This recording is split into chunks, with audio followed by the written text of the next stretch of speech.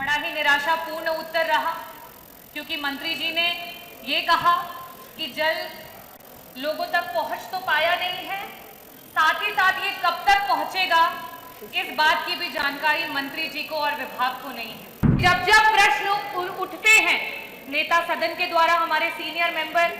हमारे मंत्री जी खन्ना जी अभी जस्ट चले गए, शायद इस उत्तर को नहीं देना चाहते थे। आप रामराज की बात करते हैं और कभी प्यासे को पानी पिलाया नहीं, बाद अमृत पिलाने से क्या फायदा,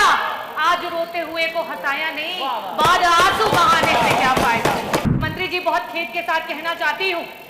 कि आज ये स्थिति हो गई है कि कहीं ना कहीं अधिकारी मंत्री की नहीं सुन रहे हैं और कॉन्ट्रैक्टर अधिकारी की नहीं सुन रहा है। मैं आपका आभार व्यक्त करना चाहती हूँ कि आपने उत्तर प्रदेश की जनता के जल और जीवन के मुद्दे पे प्रश्न पूछने का मुझे अवसर दिया। अध्यक्ष जी, मेरा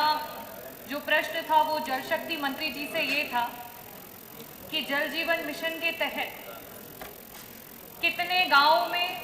कार्य संपूर्ण हो चुके हैं, कितने लोगों को शुद्ध पेयजल सरकार पहुंचा चुकी है, और अगर नहीं तो उसकी समय सीमा क्या है और कब तक पहुंचा पाएगी। बड़ा ही निराशापूर्ण उत्तर रहा,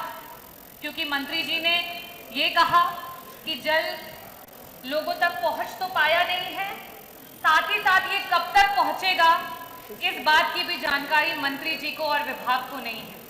आदरणीय अध्यक्ष जी, 2019 में जब केंद्र की सरकार आई थी, उस समय अगस्त में नरेंद्र मोदी जी ने लाल किले से खड़े होकर पूरे देश को यह वादा किया था कि दिसंबर 2024 तक पूरे देश को जल जीवन मिशन के तहत जोड़ा जाएगा,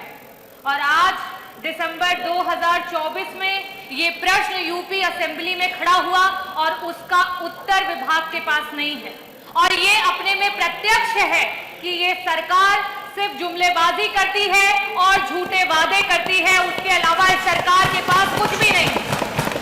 अध्यक्ष जी, जल जीवन मिशन में जब मैं नई विधायक चुन करके आई इस सदन में, उस वर्ष पूरे उत्तर प्रदेश का बजट 6,15,000 करोड़ का था और मात्र एक स्कीम का बजट 3.5 लाख करोड़ का है। उसके बावजूद भी आज धरातल पे 1% भी काम नहीं हो पाया है। ये बहुत ही शर्मनाक है। इसके अलावा मैं आपके माध्यम से, क्योंकि जब जब प्रश्न उठते हैं नेता सदन के द्वारा, हमारे सीनियर मेंबर,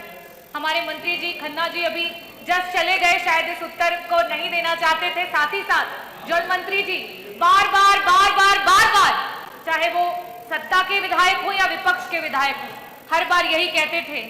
कि हमारे लोगों को पानी मुहैया करा दीजिए, कम से कम जब तक हर घर नल नहीं हो पाता हैंडपाइप दे दीजिए। हर विधायक ने अपनी गरीब जनता के लिए, अपनी प्यासी जनता के लिए हैंडपाइप की मांग की, लेकिन ये सरकार इतनी संवेदनहीन है कि इस सरकार ने कभी भी उन बातों को नहीं सुना और हमेशा नकारा है। मेरा मंत्री जी आपसे सिर्फ ये कहना है कि आप रामराज की बात करते हैं और कभी प्यासे को पानी पिलाया नहीं, बाद अमृत पिलाने से क्या फायदा, आज रोते हुए को हंसाया नहीं, बाद आंसू बहाने से क्या फायदा। मैं आपसे ये पूछना चाहती हूँ कि जब तक, क्योंकि आज 5 साल हो चुके हैं, 3.5 लाख करोड़ का बजट आपके सिर्फ एक स्कीम पे आ चुका है, उसके बावजूद भी 1% जनता को पानी नहीं पहुंच चुका है। ऐसी स्थिति में सिर्फ आपसे एक ही सवाल करूंगी, और सिर्फ पक्ष की तरफ से नहीं, सिर्फ विपक्ष की तरफ से नहीं, पूरे जितने जनप्रतिनिधि यहाँ पे बैठे हैं उन सब की तरफ से ये पूछना चाहूंगी कि आपकी स्कीम पे हमें भरोसा नहीं है कि आप पिछले 2 वर्षों में 50% लोगों को भी पानी पहुंचा पाएंगे। ऐसी स्थिति में क्या सरकार हैंडपंप हमारी जनता को मुहैया कराएगी? और साथ ही साथ आपकी जितना बड़ा बजट उतना बड़ा भ्रष्टाचार। और मंत्री जी, बहुत खेद के साथ कहना चाहती हूँ कि आज ये स्थिति हो गई है कि कहीं ना कहीं अधिकारी मंत्री की नहीं सुन रहे हैं और कॉन्ट्रैक्टर अधिकारी की नहीं सुन रहा है। ऐसी स्थिति में क्या आपका मंत्रालय कोई कमेटी गठित करेगा जिसमें सत्ता पक्ष और विपक्ष के विधायकों को साथ में इंक्लूड करके और ये जो भ्रष्टाचार हो रहा है उस पर रोक लगाने का काम करेगा? और आप बहुत ही सीनियर मेंबर है, बहुत ही जानकार मिनिस्टर है, मैं उम्मीद करती हूँ कि आप हमारी जनता को हैंडपंप भी देंगे और साथ ही साथ इसका बहुत ही विस्तृत रूप में आंसर देंगे। न्यूज नेशन अब व्हाट्सएप पर, खबरों के ताजा अपडेट के लिए न्यूज नेशन के इस क्यूआर कोड को स्कैन करें।